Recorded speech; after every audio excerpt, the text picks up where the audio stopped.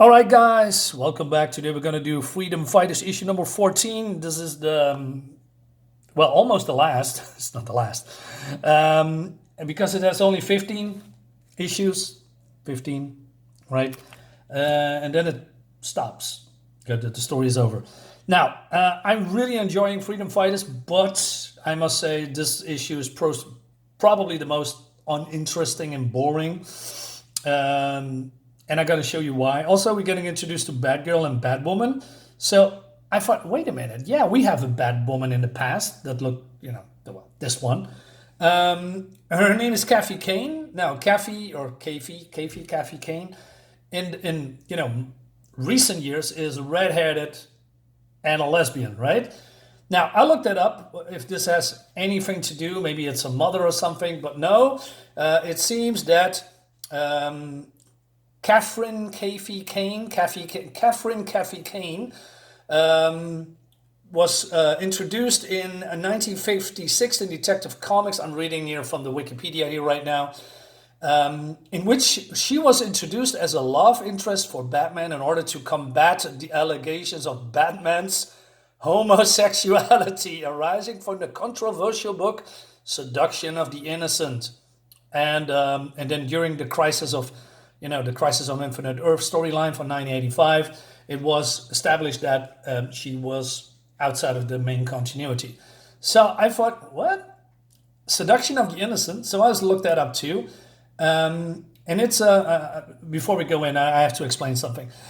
Seduction of the Innocent is a book of a German-born American psychiatrist, Frederick Wertmann. And he tackled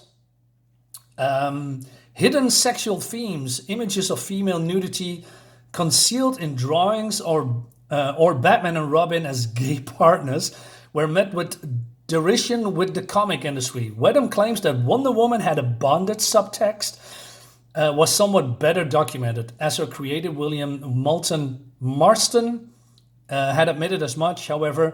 And Wharton also claimed Wonder Woman's strength and independence made her a lesbian. At this time, homosexuality was still just viewed as a mental disorder.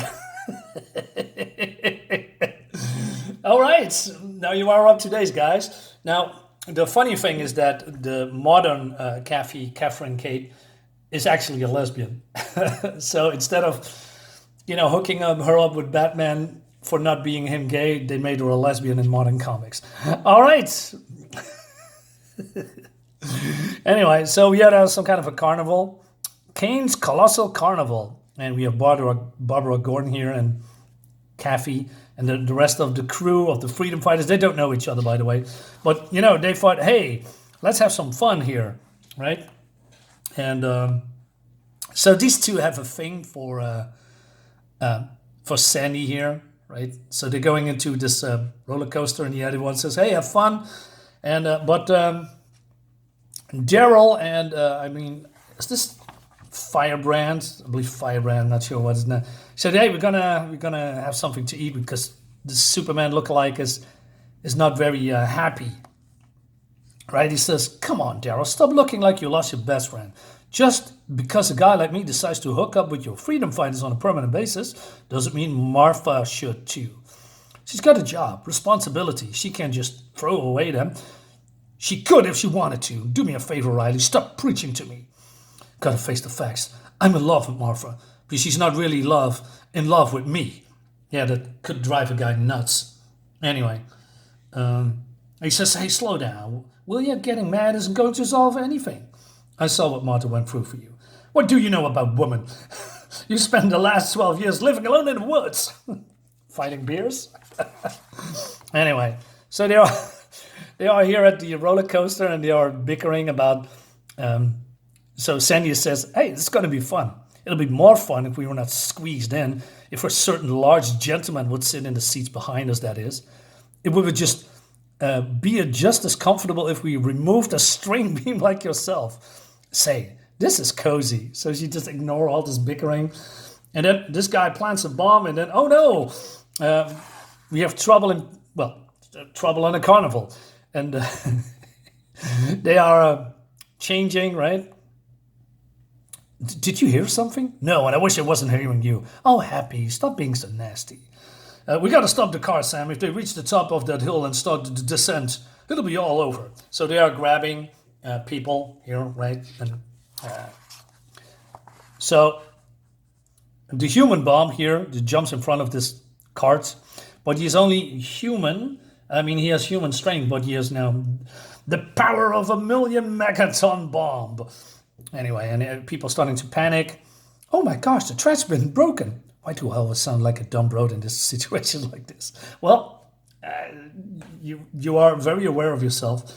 So yeah, he's panicking, but then people are falling overboard. Ray and Condor comes in and saving the day. And then he also helped the rest. Well, Firebrand and Dollman is following this mysterious perpetrator. And we also see shadows of our female heroines, right? And he's shooting a rifle at them. Look, we'll surprise him. How is your pitching arm? What am I throwing? One of those ducks? A handful of dynamite. Me! And says, sorry, pal, you don't win the prize if you can't hit the moving target. You did your stuff, Dollman. Now it's my turn. Sorry to spoil your fun, friend. But then... Dun, dun, dun. That looks really cartoony. But I want that guy more than you do. So they are, grabbing them. And oh no, it's a weird-looking guy. They do not really look surprised that he, I don't know, is green, except that they are mentioning it. But, has no mouth, looks weird. And, but then before they can do anything, the cops come. And they are still fugitives, so they are running away. So weird. Anyway, so the TV mentions it, that they do not know who this mysterious little man is who's planted the bomb. And of course, they are still being fugitives. Uncle Sam says, I'm afraid justice is blind, Happy, and I'll stay that way until we capture the Silver Ghost once and for all. Now, I wonder if that's going to be concluded in the last issue. I don't think so, because the story needs to be wrapped up, because this is a, lead into the number 15. But then Dollman and Firebrand makes jokes about that. Dang nabbit, I wish you all stop making a mockery out of this. We're facing a big problem, and I won't go away by talking about it. So Daryl says, hey, then what is your plan then? So his plan is going to Kathy and Batwoman, who is, I don't know, hanging around at this carnival. And he says, because they are fugitives, they need jobs. So they do. So they say, hey, I got a show for you. And then we are undercover and the cops cannot recognize us somehow. And it's a perfect disguise, right? Well, Sam, you got quite a show there. I give you a try. As soon as you're ready to open up, let me know. I appreciate it, man. And we're ready to open now. Anyway, so they are doing this show, and everybody's getting, a little bit of a, dialogue here, because the ray can absorb heat and light, right? And Sandy can fan him out her form while he's just stabbing her with sabers. So Roy says, this kind of life sure ain't easy. I'm pooped. Then why don't you go back to your room, Roy? I'll be glad to take Sandy on the roller coaster alone. Don't do me any favors, Happy. I promised Sandy I'll go on the coaster with her, and I will. Well, maybe I can arrange for you to fall out of the car. Wow. All right. So he's buying free tickets. And so they are the only passengers. And oh no, it's the mysterious green guy. How did he escape? Well, don't know. And but basically Sandy says, oh, I wish you grow up, because they're still bantering, right? They're still, but then, where is our resident romantic triangle go, Sam? I reckon they went to catch a ride on the roller coaster, Tom. They are sure are funny. Those two guys are fighting over Sandy all the time, and she acts like she doesn't even notice. Sometimes I don't think it's an act. Come on, Daryl. Sandy plays the dumb bunny act, but she's got a lot on the ball. And basically saying that she is, sharp. Seems to me she ignoring Roy and Happy because she ain't hankering to get serious with either of them. A matter of fact, I think she got eyes for... Yeah, for who? Ah, later, Sam, later. Here they come, but then they are, spaced out. And they say, come for a ride on the roller coaster? You will like it. And then, what in tarnation? Let's go with me, Roy. I don't want to go in the roller coaster. What's the matter with you three? And then they are getting aggressive. And I said, let's go. But then he smacks Sandy in the face. And they are... it looks so silly. And they're punching their heads off. Well, Sandy is melting. Although the dialogue is not that witty and funny, but the things around it. And what? Was that really of them or some weird doubles? Some kind of a robots, androids, synthetic people? Whatever they are and whatever it is going on here, something we can fight much better as the freedom. I'm sorry. I just couldn't do it. Anyway, so